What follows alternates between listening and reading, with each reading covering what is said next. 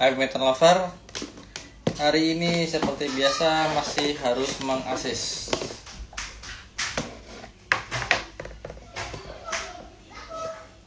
Ya, masih badminton kemarin. Tinggal satu ekor ini aja yang belum mau makan sendiri. Nambah-nambahin aktivitas sore.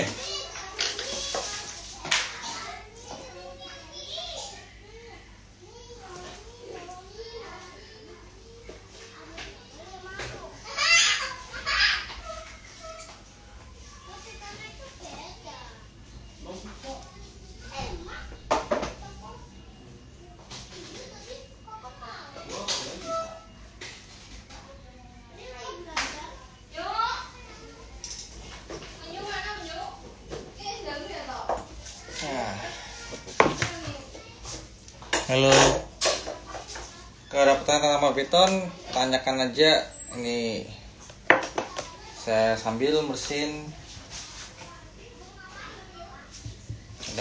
Ada yang belum makan sendiri, jadi tiap hari Sabtu sore itu disambi asis. Nge-live sambil asis, sambil jawab pertanyaan kalau ada yang mau tanya. Kalau nggak ada yang mau tanya ya udah asis doang.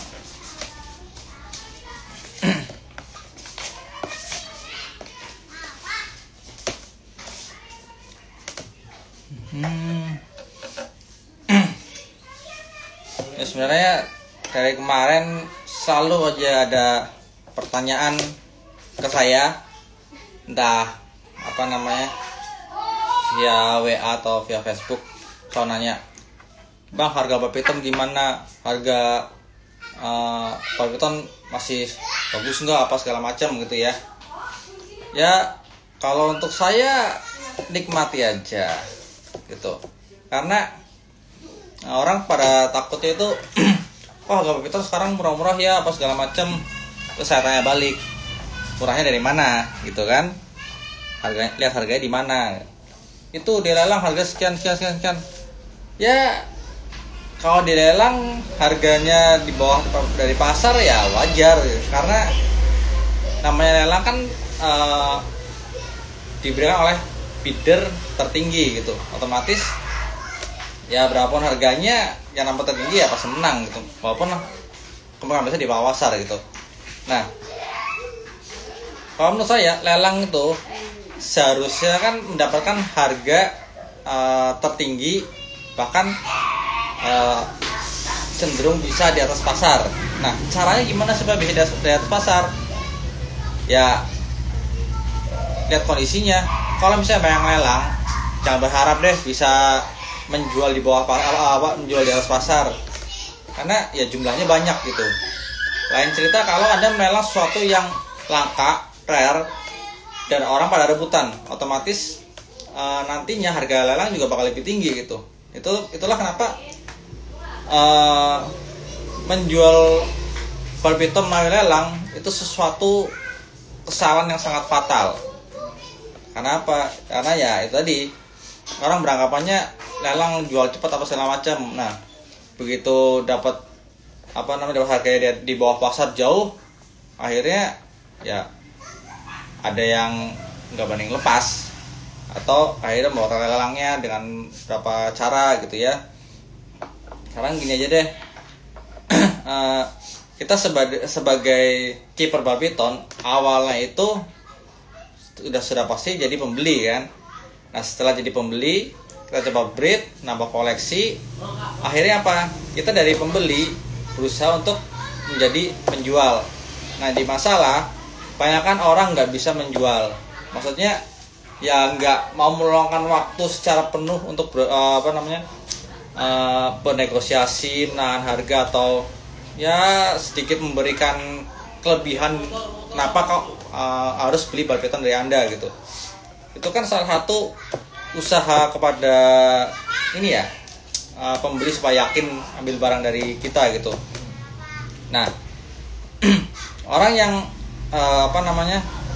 nggak mau berusaha untuk menjual dengan benar, akhirnya mencari metode supaya menjual cepat, akhirnya apa? Ke lelang. Nah, mungkin ya awal-awal waktu lelang itu badminton harganya masih oke lah, bahkan kadang lebih di atas di atas pasar gitu, karena ya jumlahnya masih jarang hitungannya.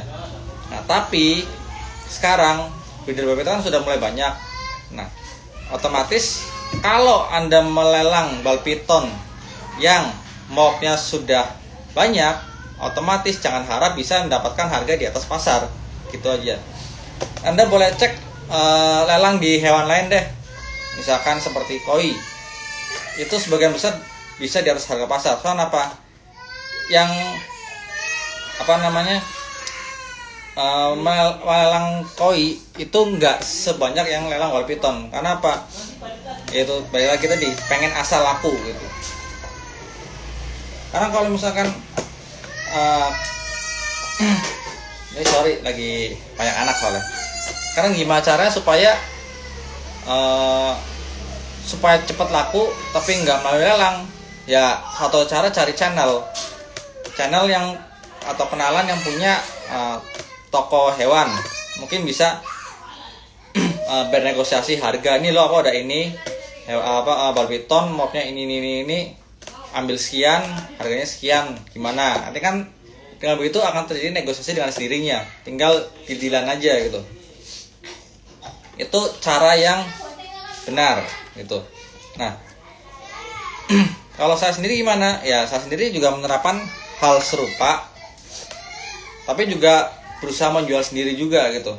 Dan tentunya karena saya belum terlalu besar-besar amat, saya tetap gencar melakukan promosi. Itu salah satu cara untuk orang tahu, atau misalkan memberitahu orang lain kalau saya ada bal piton stok ini gitu. Perkara harga, tentunya saya memberikan harga pasar atau harga normal, tapi bukan berarti nggak terjadi negosiasi di belakang itu ya, gitu loh. Nah, kalau misalkan nanya ke saya, ya saya mah ngikutin harga pasar aja, santai aja gitu, nggak mau dipusingkan dengan harga turun apa segala macem. Nah kalau misalkan harga turun, oke, harga turun, tapi masih range yang wajar, ya saya ikutin gitu. Tapi kalau misalkan harga turun, patokannya Pak lelang, ya saya nggak mau ikutin harga kayak gitu, ya kan? Silakan cari orang lain yang mau jual harga segitu dengan berbagai hal yang ditawarkan, gitu aja. Jadi mungkin untuk para calon breeder yang baru, bersiap untuk jadi seorang penjual. Gimana cara berusaha supaya orang membeli bal piton dari Anda. Misalkan pastikan bal piton sehat, jenis kelaminnya ada garansi makannya apa, terdata apa segala macam gitu. Mungkin kalau pernah nonton film Wolf of Wall Street, itu anggaplah metode yang harus Anda gunakan itu cara menjual pulpen. Pulpen itu ada banyak, ya kan? Pulpen murah atau pensil atau apapun, barangnya banyak. Tapi kenapa orang harus beli dari Anda? Sebenarnya metodenya sama, semua tergantung mindset. Kalau misalkan Anda menjual, ya kita bakal ketemu sama orang yang baru ngobrol dikit, yakin transaksi. Ada yang perlu beberapa hari untuk mikir, ada yang kadang suka nggak ngotak. Ya harus siap aja nunggu gitu ya. Kalau saya sih nggak tahu suka drama, cuman kalau udah ketemu yang terlalu parah pasti saya posting.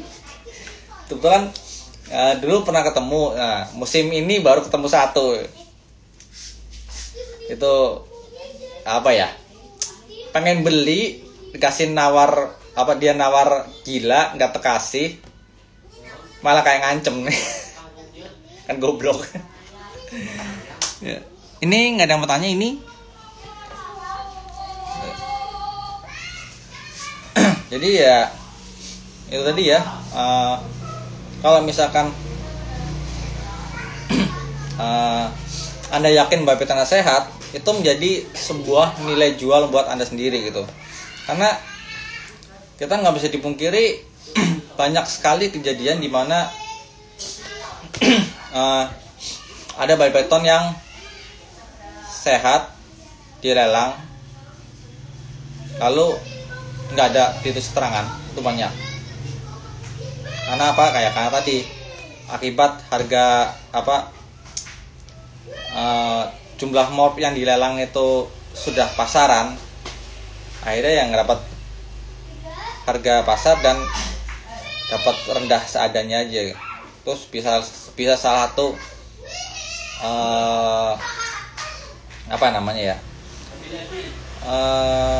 salah satu celah untuk orang menjual badminton yang dengan kondisi nggak sehat. Kadang ya agak susah juga ya kalau begitu ya. Tapi kalau misalnya Anda yakin badminton Anda sehat, itu bisa menjadi nilai plus, suatu yang bisa Anda tahan untuk bernegosiasi supaya Anda bisa melepas atau menjual badminton dengan harga yang tidak lebih rendah dari yang Anda inginkan gitu. Ya, tentu saya sendiri panjang harga itu harga pasar, tapi bukan berarti nggak bisa nego ya. Nah, saat nego pun saya memiliki patokan harga terendah gitu. Kalau misalkan harga yang di harga negonya itu masih masuk, itu aja saya lepas.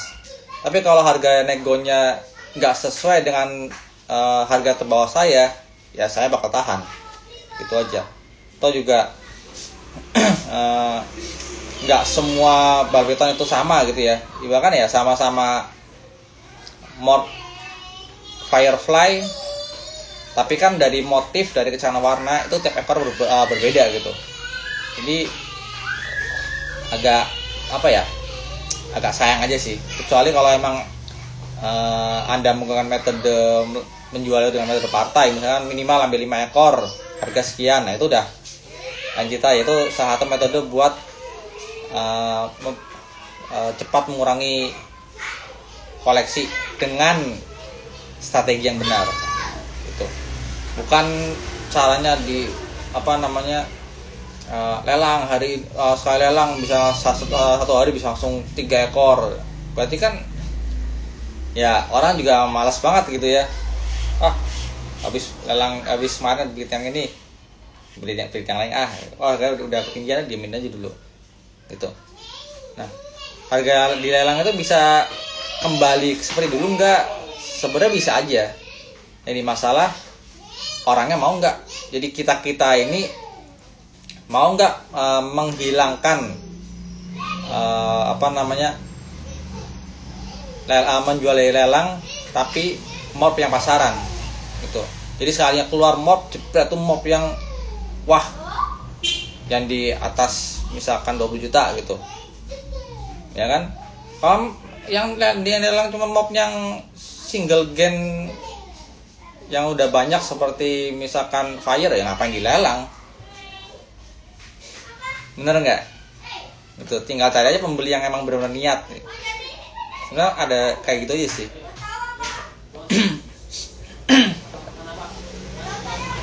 Ya kadang juga ya banyak yang tanya ke saya seperti itu, konsultasi seperti itu, ya jawaban saya ya tetap sama. Kamu kalau emang hobi, nikmati aja. Kalau emang kamu yakin koleksimu bagus, kamu rawat dengan benar, tahan harganya. Gitu. Rezeki nggak bakal ketukar kok. Jadi ibaratkan semakin Anda keluar tenaga atau keluar usaha, tuh pasti ada yang beli nantinya. Itu aja. Kapan?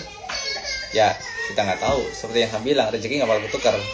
Memang rezekinya saya yang nggak waktu lama ada yang laku. Tapi kalau bukan rezeki saya, ya calon pembelinya bakal beli tempat lain. Itu aja. Karena kan namanya beli pasti ada pilihan ya.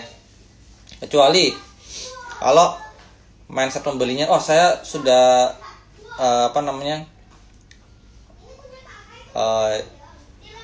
punya list breeder yang rekomendasi, kira-kira breeder ini. Jadi saya cuma mau ambil dari breeder yang saya rekomendasiin.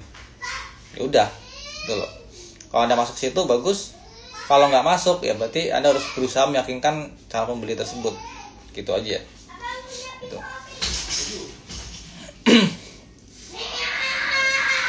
Jadi ya kalau misalkan yang mau terjun ke badminton takut misalkan ini harganya tahu rendah apa segala macam, ya jangan ambil morph yang rendah juga, ambil morph yang tinggi. Misalkan morph yang per ekornya di atas 5 juta, karena sekalinya turun itu bertahap. Tapi kalau cuma main dari morph yang 1 jutaan berharap yang tinggi ya butuh waktu lama gitu. Kecuali beberapa morph yang memang menarik untuk pemula seperti Blue Elusistic gitu ya. Untuk pemula menarik. Itulah kenapa biasa Blue Elusi itu jadi batu loncatan untuk seorang breeder menambah koleksinya dengan cepat itu. Habis itu kalau udah laku dengan harga tinggi, ya baik lagi gimana Anda mengatur keuangan. Mau gimana pun Anda mau jual badminton berapa juta, kalau keuangan Anda, maksudnya cara mengatur keuangan Anda bermasalah, ya nggak bakal nama-nama koreksinya. Gitu aja. Ya, nih baru menelan dia. Dilihatnya lumayan lama nih. Ini kayak mau set juga nih. Nggak apalah, mau set masih di asis. Ya. Oh iya, untuk badminton ready bisa cek di link deskripsi, ada Tokopedia, Lapak Satwa, Facebook page, ada aplikasi GLF, jual lelang jual lelang fauna, aplikasinya ada, atau mau langsung chat WA ada. Itu karena saya suka update stok yang ready, itu dicek aja. Jadi tiap ada yang laku saya pasti update stok terbaru dalam bentuk screenshot gitu ya. Itu aja. Tinggal search aja Veldy Python, itu yang terpajang berarti ready. Karena kalau misalkan saya sendiri, kalau misalnya sudah masih nego-nego biasa saya biarin. Tapi kalau misalkan sudah terjadi transaksi, ada dana masuk, ada order masuk via aplikasi Tokopedia atau sejenisnya, itu saya langsung tarik dari pasaran di tempat yang lainnya. Jadi untuk memastikan nggak bentrok lah ya. Takutnya sama-sama pengen beli normal, yang satu via Tokopedia atau via WA. Kalau ternyata yang via WA kalah cepat, ya yang via WA nya harus saya batalkan gitu. Maaf, baru laku gitu, seperti itu. Kadang namanya hewan ya, itu jodoh-jodohan, saya atau enggak ya. Kalau misalkan emang jodohnya, ya suatu saat pasti bakal kebeli gitu. Walaupun mungkin negonya bulan lalu, tapi ternyata pas dana sudah siap, hewannya masih ada. Nah, itu berarti emang jodohnya gitu. Kadang ada yang kemarin saya baru nemuin, istilahnya minta DP dulu kan, minta DP, habis itu jarak berapa minggu, akhirnya lunasnya saya kirim. Dan kebetulan kayaknya emang suka ya, baru main badminton, cuman dia emang suka sama ularnya. Akhirnya update ke saya terus dengan kondisi, wah ini udah kayaknya bakal bonding. Karena ya namanya hewan ya, mungkin di kita biasa aja, atau pas di kiper baru itu muncul suatu karakter yang kita sendiri nggak bisa apa ya, menyamakan dengan kondisi yang selama ini kita tangani gitu. Kadang muncul kebiasaan baru.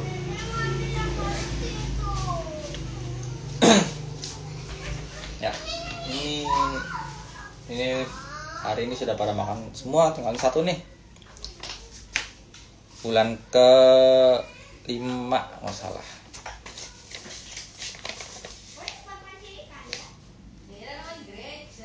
Ya, bulan ke-5 masih diasis. Ya kalau ambil dari saya nggak usah khawatir, nggak masih diasis seperti ini, itu nggak bakal saya lepas. Jadi harus lolos makan sendiri 3 kali. Kalau lolos 3 kali, saya cek posturnya taruh kurus atau enggak. Kalau misalkan masuknya postur yang saya anggap normal, baru saya pajang. Tapi kalau misalnya postur terlalu kurus, saya gemukin dulu, baru saya pajang. Gitu aja. Itu makanya saya berani nahan harga ya, karena saya memberikan perhatian lebih.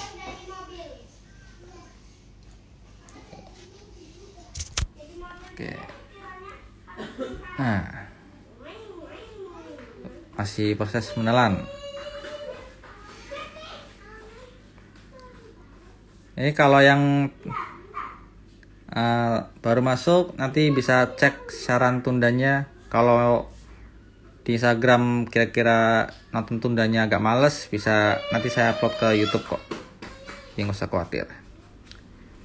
Kalau BP mendesis masih aman untuk diambil atau tidak? Oke. Akhirnya ada pertanyaan gitu ya. BP mendesis. Jadi seberapa keras desisnya? Kalau misalkan desisnya dia nggak desis sekuat tenaga, itu kadang cuman kayak misalkan jangan ganggu dong, ini mau ngapain. Jadi si balpeton ini nggak yakin dengan kondisinya, dia mau diapain gitu. Tapi kalau desisnya keras, itu salah tanda mundur, jangan dekat. Itu salah satu kode atau cara mereka berinteraksi dengan kita. Misal kemarin PP sampai banjir, jadi mau ganti subsat. Kalau mau ganti ya tinggal ganti aja, karena kondisinya kan emang substrat harus diganti ya, harus dicuci gitu ibarat kandangnya. Jadi dia mau diset atau enggak, diambil aja, taruh di box sementara, bersihin kandangnya, terus balikin ke box semula. Nanti dia akan paham dengan sendirinya gitu. Mungkin kalau balpetonnya baru termasuk baru datang ya harus terbiasa sedikit sih, karena kan balpeton yang baru datang baru selesai proses adaptasi itu agak nggak yakin dengan aktivitas di kiper baru. Jadi kadang masih suka sedikit siaga. Satunya dengan mendesis ini. Baru mau kandang kotor baru mau diambil desis, itu baru kayak ngapain gitu. Kalau misalnya diambil aja ya nggak masalah kok. Biasa kalau udah desis itu cuma waktu di kandang aja, kalau di tangan udah anteng, nggak usah khawatir lah. Itu. Ini kalau misalkan benar-benar udah istilahnya udah kasarnya benar-benar bonding, itu baru buka box dia langsung ke tangan kita sendiri. Nah, saya pernah ngalamin tuh soalnya. Dulu waktu sering handle, sekarang udah nggak pernah di handle ya. Baru buka kandang ada nyerang, dikira mau ngasih makan. Tuh. Ada pertanyaan lagi?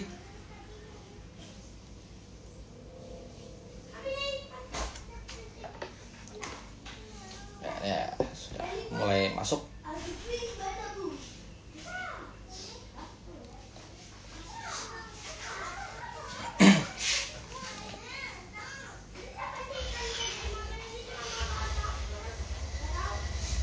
Oke, udah.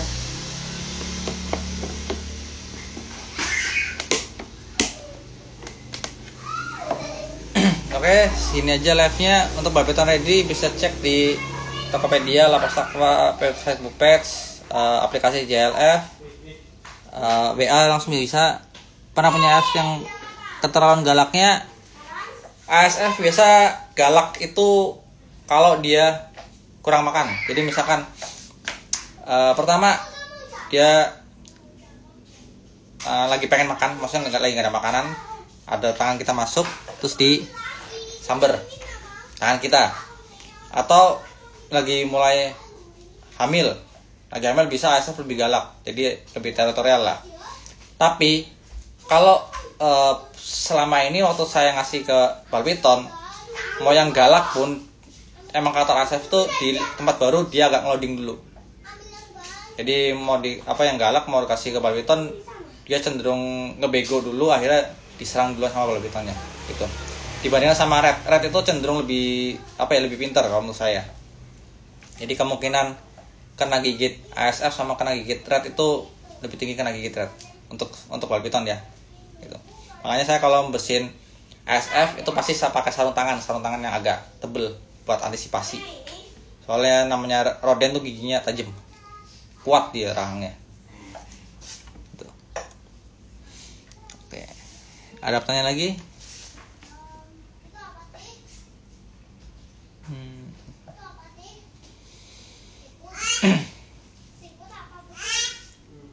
Untuk Balpiton ready bisa cek di Tokopedia, Facebook Pets, Lapak Satwa, aplikasi CLF, atau langsung kontak WA. Tiap kali ada stok yang keluar pasti saya update terus ketersediaannya biar nggak puyeng nantinya. Itu aja. Untuk nego-nego langsung kontak aja, nggak usah khawatir. Cuman saya lebih seneng ini ya, langsung kontak via WA dibandingkan lewat sosial media, karena sosial media saya jarang buka. Kalau WA hampir tiap saat. Oke, live selanjutnya Sabtu depan. Ya, sampai jumpa di video berikutnya. Ciao.